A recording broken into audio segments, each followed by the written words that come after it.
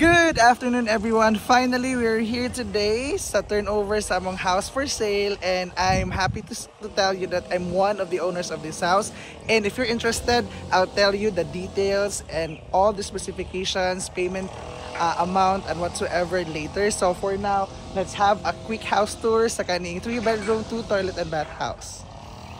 So here mo na iyahang gawas. Very aesthetic. Pwede diri ang imuhang two cars, yeah, carport siya.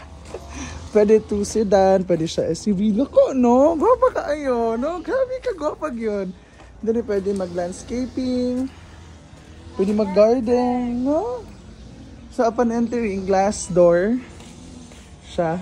Gwapa ka ayo. No, this is my first time na makita ang house. Gwapa, Jude. As in, grabe ka gwapa sa balay, no? Here is our master bedroom. Pagka-pretty. By the way, this house, pwede siya paliton as fully furnished.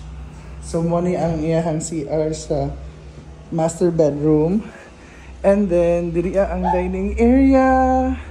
The kitchen. Look at that. Napa sila yung breakfast nook. Uy, gwapo ka. Ayo, Jude. As in. Built-in cabinets. Then going to the second bedroom. This one is the second bedroom. And nasa airwell, no? I think the purpose of this one is para dili mubuot siya, no? Tapos siya built-in cabinet. Very pretty. Then naa ang second nga CR, which is common to all. Pwede for your guests. Pwede for the occupant aning 2 bedrooms, and then this one is the 3rd bedroom. Very pretty. Nasa'y on window. Gwapa si Gwapa ka! Ayaw! Oo, nanawa! Ang si Aaron, nagsiga-siga. Kaayo! Nasa'y mga lights. Ay, kuan siya! Oh! Ay, sorry mo. Kinsa man ni i-person? Ay, oh! Kinsa ka dira? Sino ka dyan? Social kaayo ang bounds, eh.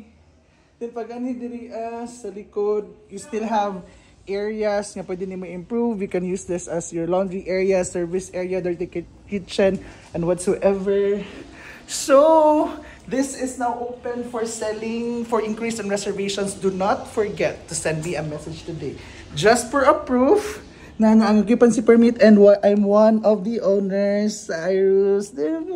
So, for a special discount, just send me a message. Ako, give me so ang i-chat. Bye-bye!